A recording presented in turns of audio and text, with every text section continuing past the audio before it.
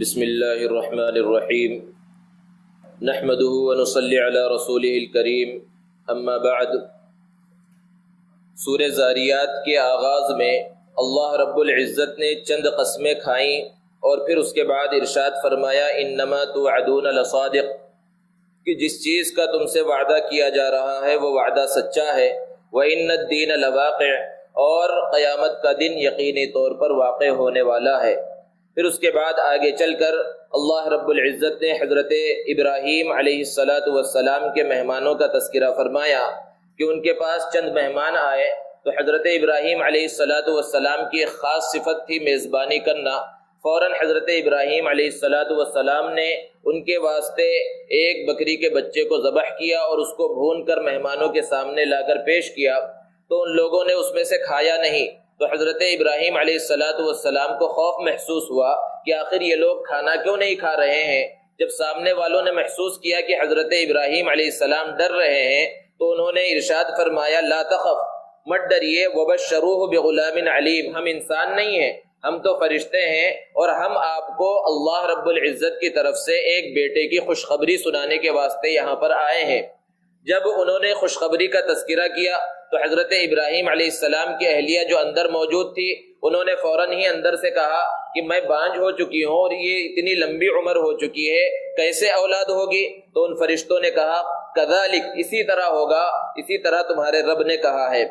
حضرت ابراہیم علیہ السلام نے ان فرشتوں سے کہا کہ تمہارے آنے کا اور مقصد کیا ہے؟ صرف اس خوشخبری سنانے کے واسطے تو نہیں آئے ہوگے، اور کیا کام ہے؟ تو انہوں نے کہا انا ارسلنا الی قوم مجرمین، کہ اصل میں ہم ایک گنہگار قوم کو عذاب دینے کے واسطے بھیجے گئے ہیں، اور وہ گنہگار قوم حضرت ابراہیم علیہ السلام کے بھتیجے حضرت لوط علیہ السلام کی قوم تھی جو بے حیائی کے اندر مبتلا تھی۔ اللہ رب العزت نے ان کو سخت ترین عذاب کے اندر مبتلا کیا۔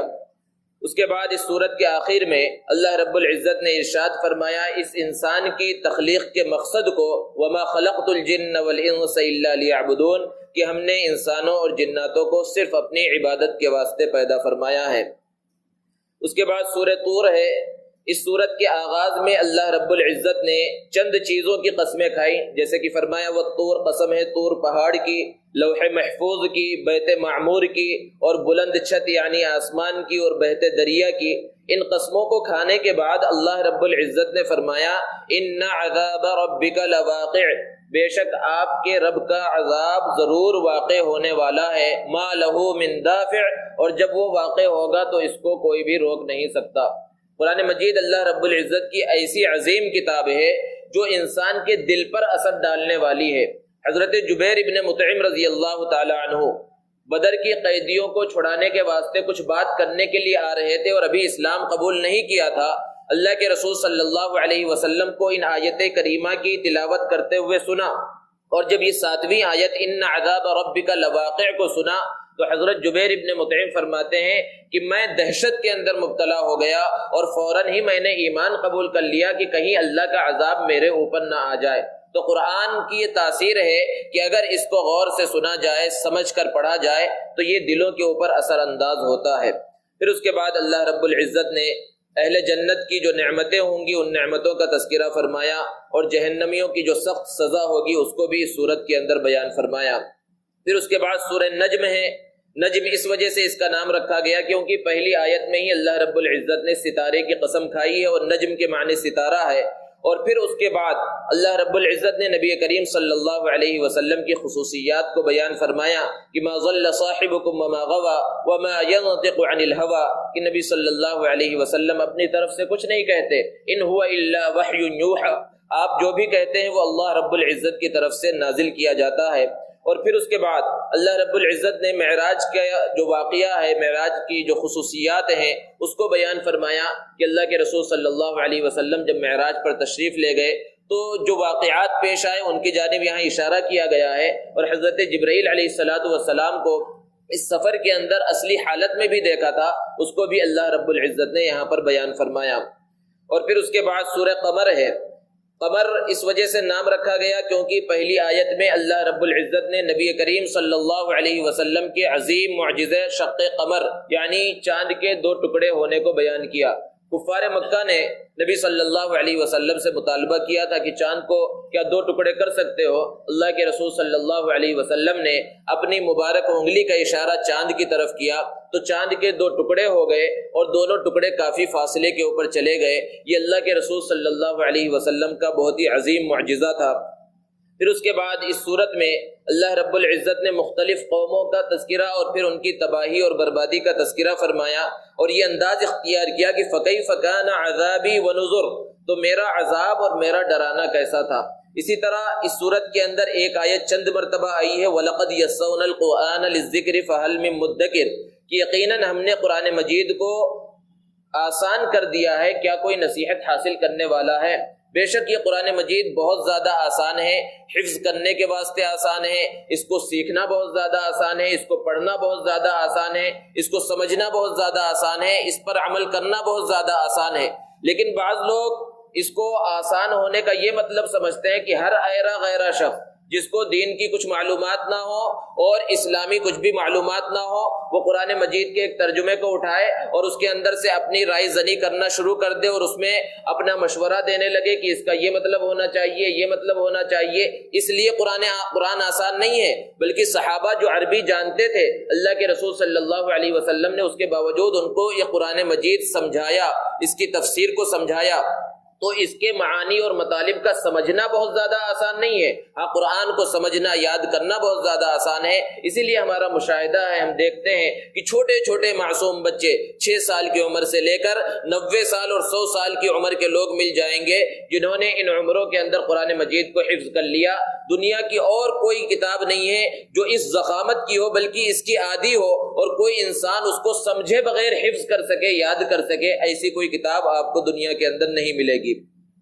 پھر اس کے بعد سورہ رحمان ہے۔ سورہ رحمان کی بڑی خصوصیات بیان کی گئی ہیں۔ اللہ کے رسول صلی اللہ علیہ وسلم نے اس کو عروس القرآن یعنی قرآن کی زینت قرار دیا۔ اس صورت کے اندر اللہ رب العزت نے اپنی بے شمار نعمتوں کا تذکرہ فرمایا، اور نعمتوں کا تذکرہ فرمانے کے بعد انسان اور جنات سے سوال بھی کیا ہے، فَبِأَيِّ آلَاءِ رَبِّكُمَا تُكَذِّبَانِ، کہ اے انسان اور جنات تم اپنے رب کی کون کون سی نعمتوں کو جھٹلاؤ گے۔ اللہ رب العزت نے یہاں پر جنت کا تذکرہ فرمایا، جنت کی خصوصیات کا، جنت کی حوروں کا تذکرہ فرمایا، جنت کے محلات کا تذکرہ فرمایا، اسی طرح جہنم کا بھی تذکرہ فرمایا، جہنم کی ہولناکیوں کا تذکرہ فرمایا، جہنم کے شعلوں کا تذکرہ فرمایا، اور پھر اس کے بعد بھی فَبِأَيِّ آلَاءِ رَبِّكُمَا تُكَذِّبَانِ کہا کہ اے انسان اور جنات اپنے رب کی کون کون سی نعمتوں کو جھٹلاؤ گے۔ تو یہاں ایک اعتراض ہو سکتا ہے، اور بعض غیر مسلموں نے اعتراض کیا۔ پنڈت دیانند سرسوتی جو بہت بڑا جانکار تھا، قرآن مجید کا بھی اس نے مطالعہ کیا تھا اور قرآن مجید کی بعض آیتوں پر اس نے اعتراضات کیے تھے، علماء نے اس کے جواب دیے۔ اس نے جو اعتراضات کیے تھے ان اعتراضات میں سے یہ بھی تھا کہ سورہ رحمان جو تم قرآن مجید کے اندر پڑھتے ہو، اس میں اللہ رب العزت نے 31 مرتبہ فَبِأَيِّ آلَاءِ رَبِّكُمَا تُكَذِّبَانِ کہا ہے کہ اپنے رب کی کون کون سی نعمتیں جھٹلاؤ گے۔ تو بہرحال جہاں جنت کا تذکرہ ہے، جنت کی نعمتوں کا، جنت کی حوروں کا، جنت کے محلات کا تذکرہ ہے، اس کے بعد یہ کہنا فَبِأَيِّ آلَاءِ رَبِّكُمَا تُكَذِّبَانِ کہ اپنے رب کی کون کون سی نعمتوں کو جھٹلاؤ گے، تو یہ بات تو سمجھ میں آتی ہے۔ لیکن یہاں جہنم کا تذکرہ کیا گیا، جہنم کی ہولناکیوں کا اور جہنم کے شعلوں کا تذکرہ کیا گیا، جیسے کہ کہا گیا یُرْسَلُ عَلَيْكُمَا شُوَاظٌ مِّن نَّارٍ کہ تمہارے اوپر آگ کے شعلے چھوڑے جائیں گے، اور پھر اس کے بعد بھی کہا گیا ہے فَبِأَيِّ آلَاءِ رَبِّكُمَا تُكَذِّبَانِ اپنے رب کی کون سی نعمتوں کو جھٹلاؤ گے۔ تو کیا یہ جہنم اور جہنم کی ہولناکیاں اور جہنم کی خطرناک سزائیں اور اس کے شعلے یہ بھی نعمت ہے؟ علماء نے اس کا جواب دیا اس زمانے کے اندر پنڈت صاحب کو کہ اللہ رب العزت نے اس جہنم اور جنت کے اندر پہنچنے سے پہلے اور اس محشر کے میدان میں پہنچنے سے پہلے اور وہ خطرناک منظر آنے سے پہلے دنیا کے اندر ہی یہ ساری چیزیں بتلا دی کہ اگر تم نے ایمان قبول نہ کیا، اللہ کی فرما برداری نہ کی، نبی کے طریقے کو اگر تم نے نہیں اپنایا تو ایسی خطرناک جہنم میں تمہیں ڈالا جائے گا۔ یہ اللہ کی بہت بڑی نعمت ہے کہ ہمیں پہلے سے پتا چل گیا کہ اتنی خطرناک جہنم بھی ہے، اتنے خطرناک جہنم کے شعلے ہیں، یہ سب پتا ہے، اس سے بچنے کا طریقہ بتلا دیا گیا۔ اس اعتبار سے دیکھا جائے تو جہنم کا تذکرہ فرمانے کے بعد فَبِأَيِّ آلَاءِ رَبِّكُمَا تُكَذِّبَانِ کہنا بالکل صحیح ہے۔ پھر اس کے بعد سورہ واقعہ ہے، اس سورت کے بھی فضائل اللہ کے رسول صلی اللہ علیہ وسلم نے بیان فرمائے، اور خاص طور پر اس بات کو بیان فرمایا کہ جو رات کے اندر اس سورت کی تلاوت کرے تو وہ غنی رہے گا، یعنی فقر و فاقہ اس کے پاس نہیں آئے گا اور وہ محتاج نہیں ہوگا۔ اس سورت کے اندر آغاز میں اس بات کو بیان فرمایا کہ انسان کے قیامت کے دن 3 گروہ ہو جائیں گے۔ وَكُنْتُمْ أَزْوَاجًا ثَلَاثًا فَأَصْحَابُ الْمَيْمَنَةِ مَا أَصْحَابُ الْمَيْمَنَةِ وَأَصْحَابُ الْمَشْأَمَةِ مَا أَصْحَابُ الْمَشْأَمَةِ۔ کچھ اصحاب یمین ہوں گے، داہنی طرف والے ہوں گے، یعنی جن کو نام اعمال داہنے ہاتھ میں دیا جائے گا، اور کچھ وہ لوگ ہوں گے جن کو نام اعمال بائیں ہاتھ میں دیا جائے گا اور یہ ناکام ہونے والے ہوں گے۔ اور تیسرا طبقہ ان سب سے آگے بڑھ کر وہ السابقون السابقون، کہ سب سے بڑا مقام و مرتبہ، یعنی یہ بغیر حساب کتاب کے جنت میں داخل ہونے والے ہوں گے۔ اس کے بعد اللہ رب العزت نے اپنی اور چند نعمتوں کا تذکرہ فرمایا اور سوالیہ انداز میں انسان سے پوچھا اَأَنْتُمْ تَخْلُقُونَهُ أَمْ نَحْنُ الْخَالِقُونَ، کہ انسان کو تم نے پیدا کیا ہے یا ہم نے پیدا کیا ہے۔ پھر اس کے بعد اللہ رب العزت نے کسانوں سے سوال کیا، کھیتیوں کے بارے میں پوچھا ہے کہ ایک کسان کا کام کیا ہے، کہ وہ زمین کو نرم کرے اور زمین کو کھودے اور اس کے اندر ایک بیج ڈال دے اور اس کے اندر پھر پانی ڈال دے، اس کا کام تو اتنا ہی ہے۔ پھر وہ معمولی سا بیج اور سخت بیج سخت زمین کو پھاڑ کر نکلتا ہے، پودے کی شکل میں آتا ہے، اتنا نرم وہ پودا ہوتا ہے کہ چھوٹا سا بچہ بھی اگر اس کو مسل دے تو وہ ختم ہو جائے، لیکن وہ موسم کی سختیوں کو برداشت کرتا ہے اور بڑا ہوتا ہے۔ پھر اس کے اوپر پھول آتے ہیں، پھر پھل آ جاتے ہیں، پھر غلہ نکلتا ہے، پھر وہ غلہ پوری دنیا کے اندر پھیل جاتا ہے۔ اللہ رب العزت سوال کر رہے ہیں افرأیتم ما تحرثون، یہ جو تم کھیتیاں کر رہے ہو، اانتم تزرعونہ ام نحن الزارعون، یہ کون اگا رہا ہے، تم اگا رہے ہو یا ہم اگا رہے ہیں؟ اگر اس کو ہم بنجر کر دیں تو کون ہے جو دوبارہ زمین سے کھیتی کو اور غلے کو اگا سکے؟ پھر اس کے بعد فرمایا پانی کی نعمت کا تذکرہ کرتے ہوئے کہ افرأیتم الماء الذی تشربون، ذرا اس پانی کے بارے میں بتلاؤ جس کو تم پیتے ہو، اانتم انزلتموہ من المزن ام نحن المنزلون، تم نے اس کو آسمان سے نازل کیا ہے یا ہم نازل کرنے والے ہیں؟ اگر ہم اس کو ختم کر دیں، زمین پانی نہ دے، آسمان سے پانی نہ اترے، تو پھر یہ پانی تم کہاں سے لاؤ گے؟ پھر اس کے بعد سوال کیا افرأیتم النار التی تورون، ذرا اس آگ کے بارے میں بتلاؤ جس کو تم جلاتے ہو، تم انشأتم شجرتها ام نحن المنشئون، اس کے درخت کو جس سے آگ نکلتی ہے تم نے پیدا کیا ہے یا ہم پیدا کرنے والے ہیں؟ اس طرح اللہ رب العزت نے اپنی نعمتوں کا تذکرہ فرمایا۔ پھر آخر میں سورہ حدید ہے، حدید کے معنی لوہے کے ہیں۔ اس صورت میں اللہ رب العزت نے لوہے کا تذکرہ فرمایا کہ لوہا بھی اللہ رب العزت کی ایک بہت بڑی نعمت ہے۔ اللہ نے ارشاد فرمایا یہ بڑا سخت ہوتا ہے اور اس کے اندر بہت سارے فائدے ہیں۔ آج دنیا دیکھ رہی ہے کہ اس لوہے سے کیا کیا بنایا جا رہا ہے، چھوٹی سے چھوٹی چیز اور بڑی سے بڑی چیز اس لوہے کے ذریعے بنائی جا رہی ہے۔ اس صورت کے اندر اللہ رب العزت نے انفاق فی سبیل اللہ کے راہ میں مال خرچ کرنے کی اہمیت اور فضیلت کو بیان فرمایا اور بہت ہی پیارے اسلوب میں بیان فرمایا۔ ارشاد فرمایا من ذا الذی یقرض اللہ قرضا حسنا فیضاعفہ لہ ولہ اجر کریم، کہ کون ہے جو اللہ رب العزت کو قرض حسنہ دے۔ اس آیت میں اللہ رب العزت فرما رہے ہیں بندوں سے، انسانوں سے کہ مجھے قرض حسنہ دو۔ بھلا بتلائیے اللہ رب العزت کو قرض کی کیا ضرورت ہے؟ زمین اس کی، آسمان اس کا، لوح اس کا، قلم اس کا، سارے خزانوں کا مالک وہ، پھر اس کو ہمارے معمولی قرضوں کی کیا ضرورت ہے؟ اللہ رب العزت کی ذات پر قربان جائیے، انداز بیان پر قربان جائیے کہ اللہ رب العزت فرما رہے ہیں کہ یہ قرض حسنہ مجھے دو، لیکن میرے لیے نہیں، مجھے ضرورت نہیں ہے، تم میرے غریب بندوں کے پاس جمع کرا دو، میرے نادار اور یتیم بندوں کے پاس جمع کرا دو اور قیامت کے دن مجھ سے لے لینا۔ بہت ہی پیارا انداز اللہ نے اختیار کیا، اور پھر اس کا بدلہ کیا ملے گا؟ اللہ رب العزت نے بیان فرمایا ان المصدقین والمصدقات واقرضوا اللہ قرضا حسنا یضاعف لهم ولهم اجر کریم،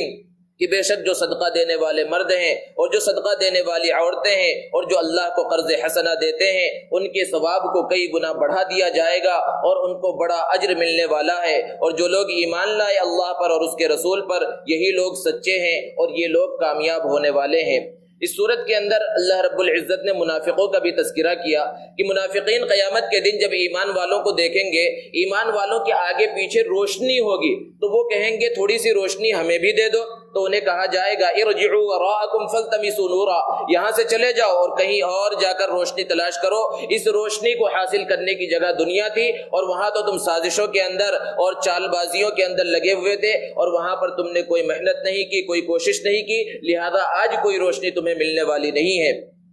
اس میں اللہ رب العزت نے اس بات کو بھی بیان فرمایا الم یعن للذین آمنوا ان تخشع قلوبهم لذکر اللہ، ایمان والوں کو رغبت دلائی ہے کہ کیا اب بھی ایمان والوں کے واسطے وہ وقت نہیں آیا ہے کہ ان کے قلوب اللہ کی یاد سے جھک جائیں، اللہ رب العزت کی طرف وہ رجوع کر لیں۔